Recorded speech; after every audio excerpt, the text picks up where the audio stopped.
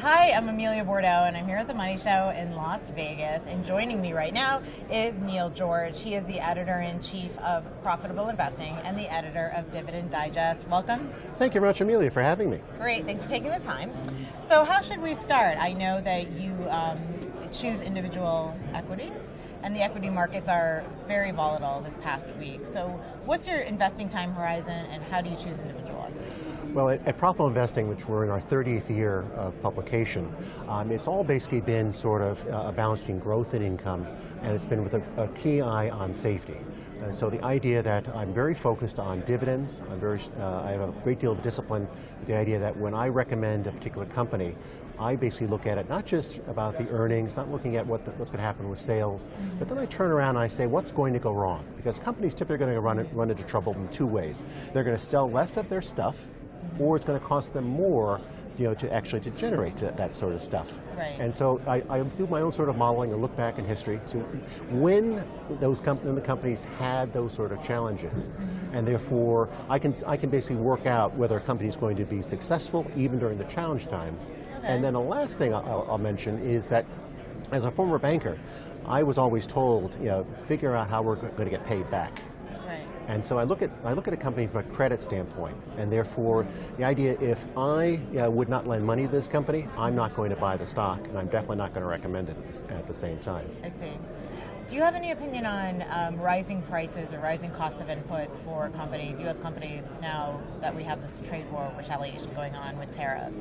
Well, I think the key challenge for that is that trade itself, from the U.S. standpoint, is a very tiny part of the overall domestic product, and so it's not as much of an impact. But as you rightfully question, the idea of some of the input costs, so the component goods, and then certainly some of the retail consumer stock goods that come in from production in China, I think you're going to see some pressures in the retail sector. And that might basically push sort of a margin compression, so people are going to be making less on each item, might be going through some of the stores. Okay. And I think you're going to see some of the companies that are some of the larger big cap companies, so the big equipment firms, so the Boeings, the Caterpillars and so forth, they're going to run into trouble. But I really have not been in that space for a variety of other reasons unrelated to that. Okay. And therefore, I really have been very focused on sort of the domestic-focused companies and the domestic-focused goods with less exposure to some of those input costs for some of those items. Okay. And the U.S. market has been doing in much better shape because the U.S. economy has been doing much better than the rest of the world. So Europe is borderline, depending on one particular country you're looking at. China is certainly decelerating on its rate of growth. Right. Other parts of the emerging market space are having some other challenges. So the U.S. has been that beacon. And one of the things that I remember from last year, I turned on my Bloomberg terminal, and you have the one summary screen, and all the world's markets were all in red. Yeah. And it was just looking at the S&P, the Dow, and the NASDAQ that was on the green lights.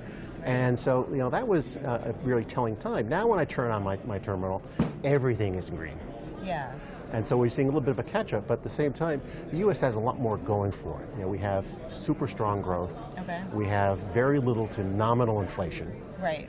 We also have...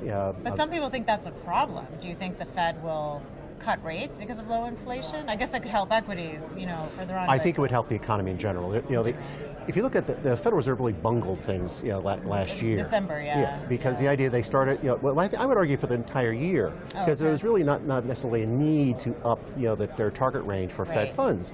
Because they're telling us, okay, we're watching the core personal consumption expenditure index. That's right. And we wanted to get it to 2% and then some. And so we touched on it briefly on a month-by-month basis, but not on the quarter-by-quarter as part of the GDP number. So they're telling us one thing, and yet they're saying, well, we got to raise rates anyway. Right. So what's that about? And now that we're seeing it kind of head back in reverse with the full quarterly GDP number for the PCE down, well below the other 2% range, I think we're looking at, the market seems to be pricing in a cut at least. Yeah, by the end of the year. By the end of the year. And I think there's really no reason for them not to make some further downward adjustments. Okay. And the key things I'd like to see, and I think there's no reason to do that, keep the portfolio largely intact. Okay. As far as the bond portfolio.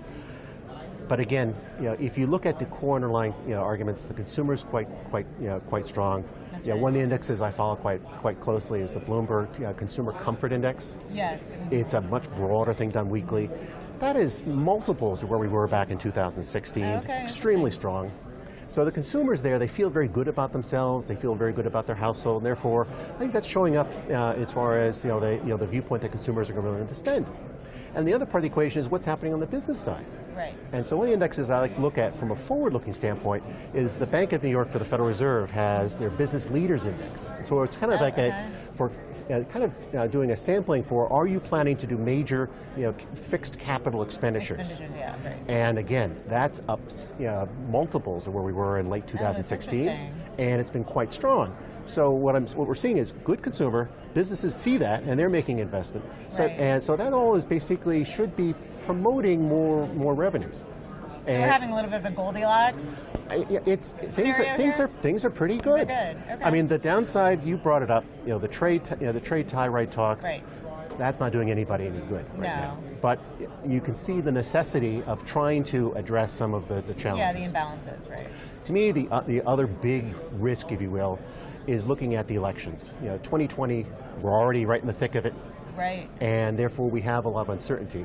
You look at a lot of the progress that's happened in the market and in the economy. Mm-hmm. We basically went from very low growth to much higher growth. Right.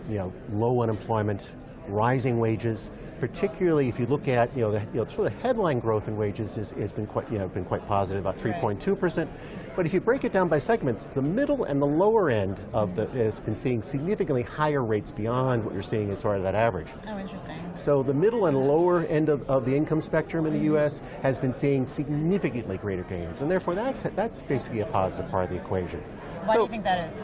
Well, I think the key thing is that there's a controlled supply of labor.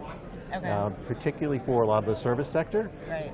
And therefore that's basically is relating to the higher wages. You've also seen legislative changes with the higher minimum wages, which has been helpful there.